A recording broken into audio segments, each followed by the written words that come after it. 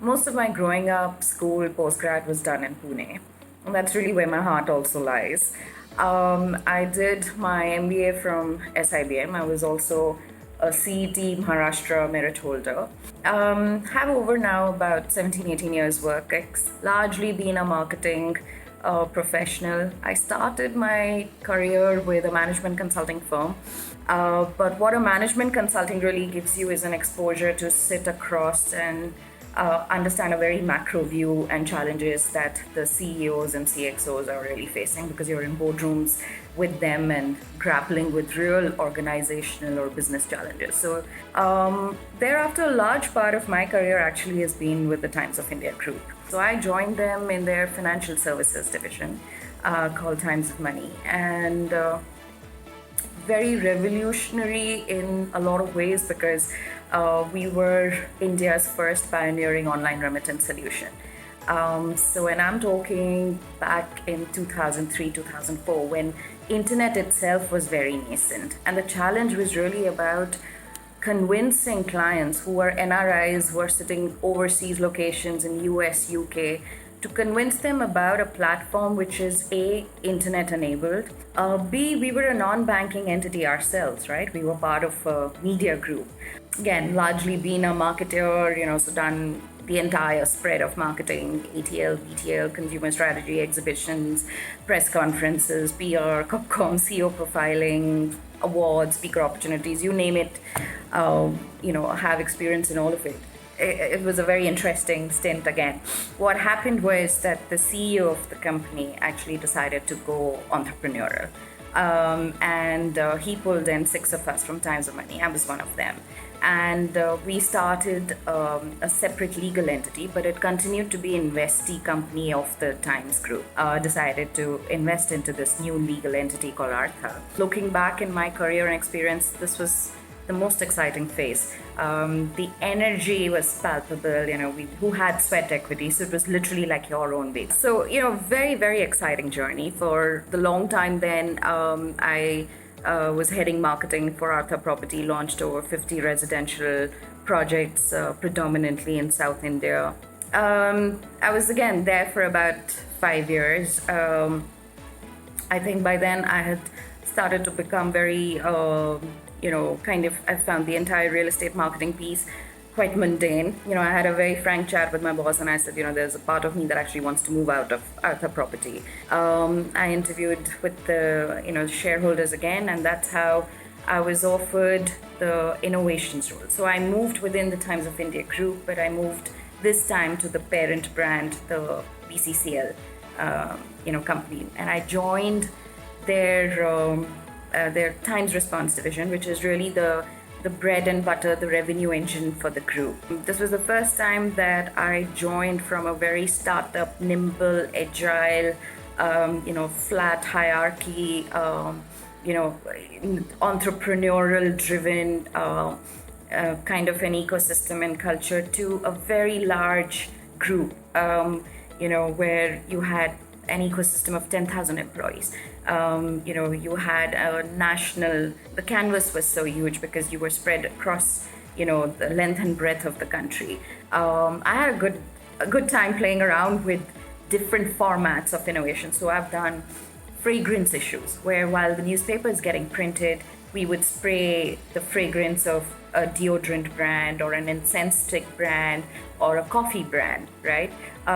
We've played around with sampling innovation. So after the newspaper is printed, the readers would sometimes find shampoo sachets, stuck, or tea bags stuck, because, those are sampling innovations that we did with some of the brands.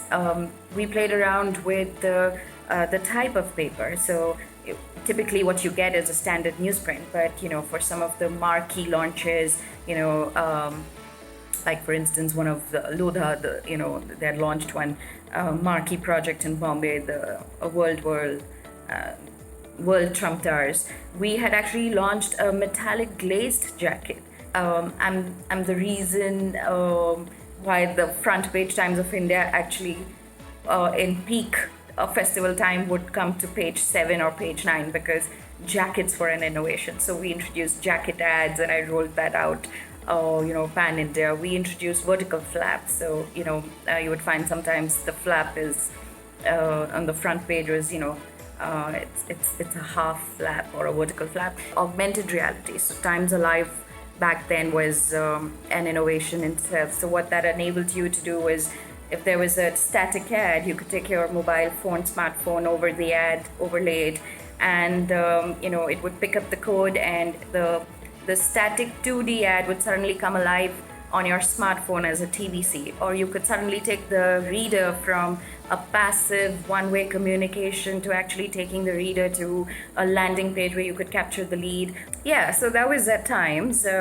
Again, I think I was fortunate. I scaled it when I joined them. It was about 25 crores in revenues. I scaled it to about, when I left in about 3 years, about 300 plus crores of revenues. So, for me also, that was again, a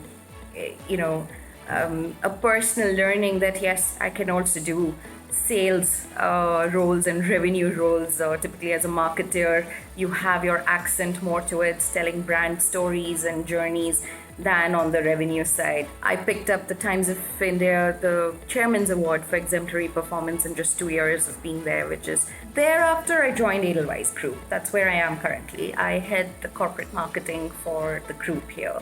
For me here, the challenge was to build a retail friendly brand. Edelweiss was always known to be a formidable player, but more predominantly in the B2B space. So to make the transition and to make it cement it as a growing brand in the retail space was really where the challenge was, and to make it a more B2C brand in a category which is dominated by your big daddies. You don't have as deep budgets or pockets, but you still want to make a difference. So we saw sports as a differentiation strategy, and what we saw was we're the only brand in the country to have a 4-year long-term partnership with the Indian Olympic Association.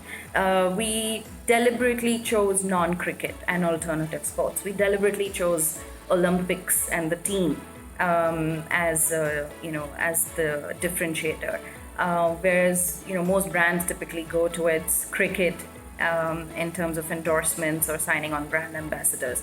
And we said that, their BCCI is already flushed with funds. The cricketers, any which ways, have a queue of brands, queuing up, to sign them on. It is these Olympians who come from tier 2, tier 3, tier 4 cities and towns that you would have never heard of. And their stories of grit, determination, perseverance, they are, they give you goosebumps. They are so awe-inspiring. From a women empowerment narrative, we have champions on board. So I work with, very fortunate to have worked closely with the likes of Saina Nehwal, Hima Das, Manika Batra, Rani Rampal, Deepa Karmakar, Mirabai Channu. These are fabulous women. I've also been part of the entire positioning for Be Unlimited for Edelweiss Group, which is really about going beyond your limitations, which is financial or mental or physical. But really, you think about it, all of us live within 6 inches of space, which is between your ears. You live in your mind, right? It's all here, right?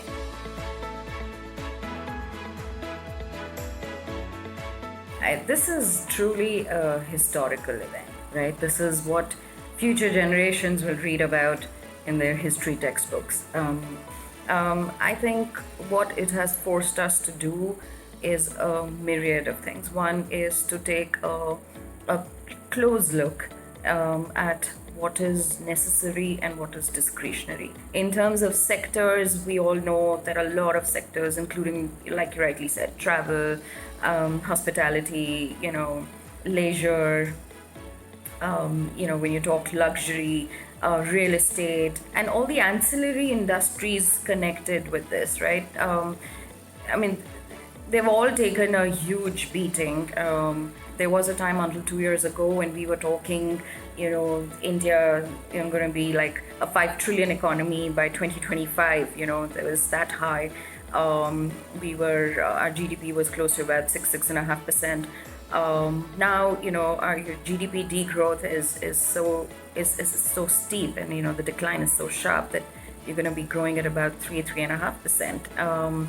And the economy will take at least in my opinion, at least a couple of years to recover from the aftermaths of COVID. Every crisis also presents a latent opportunity. So whether you're talking wellness, you're talking pharma, you're talking healthcare, you're talking e-commerce, which could be a mixed bag, but largely it's doing well.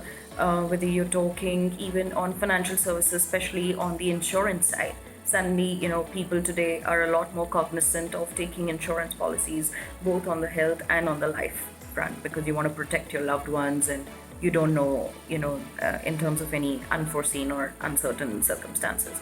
You were talking about the entire edutech space. I think that's again a very exciting space.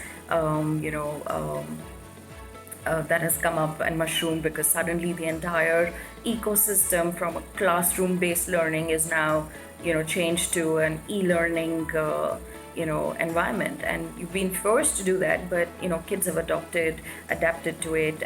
Parents have adopted and adapted to it, and it's here to stay. Last 4-5 months have literally forced organizations and consumers to adapt and adopt technology and, come up an accelerated curve on the digitalization journey.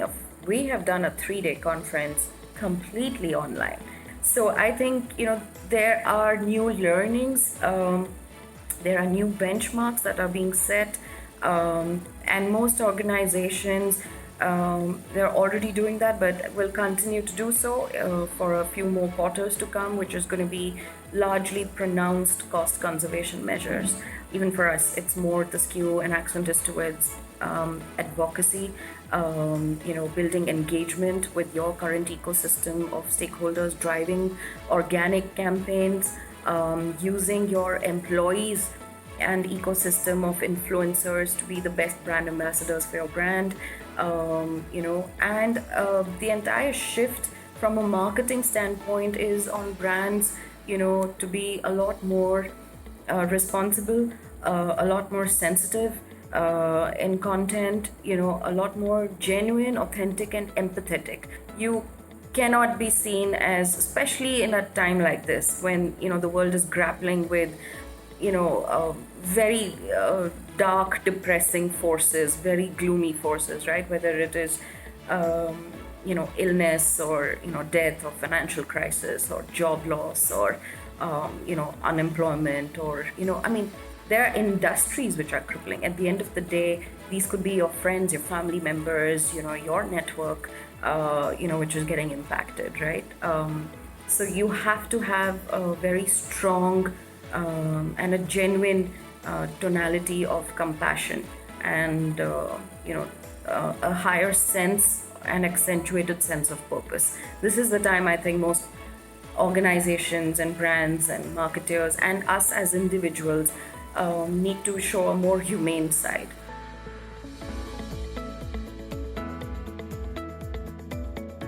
In terms of leading a team, I think I don't think the skew is more towards women or men. I think it's a leadership trait.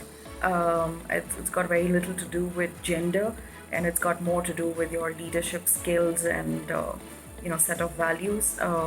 You can be a boss, right? That comes with the territory of designation and your pay grades, right?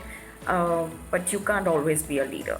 There's a distinction, and a very stark marked distinction.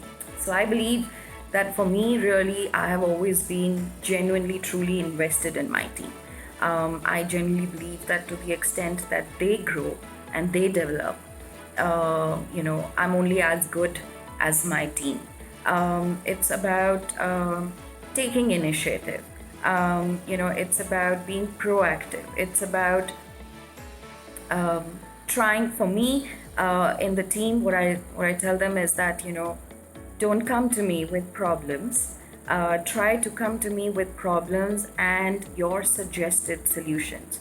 So therefore, the onus is not on me to come up with a solution. You are thinking as well, and you have a solution-oriented mindset. And then, yes, me and my peers or seniors are always there to guide and intervene. I also encourage them to have a very keen sense of innovation. In fact, I mandated it, saying that whatever we do, whatever campaign we do, whatever events we do, whatever big project we do, if we don't do something which we have not done before, I would be hugely disappointed. No matter how small or big, I don't care. But there needs to be certain differentiator. So every campaign, every project, every event that we've done, we have always done something innovative, something different, something clutter breaking, something differentiated.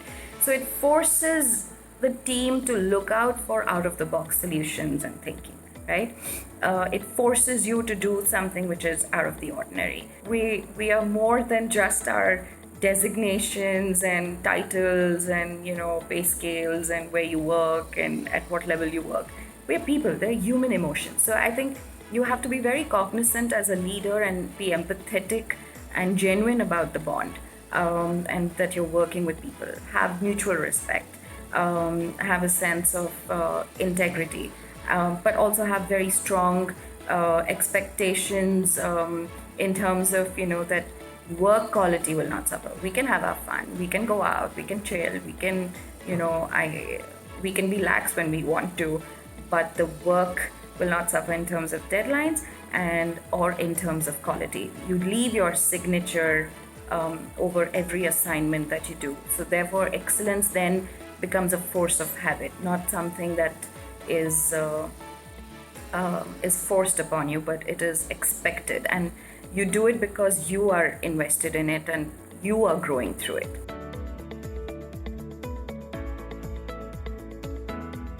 All I can say is, have a very strong inherent sense of belief. It starts from there. You need to believe in yourself. You need to build your confidence and truly believe that you can achieve whatever it is that you aspire to in terms of realizing your dreams.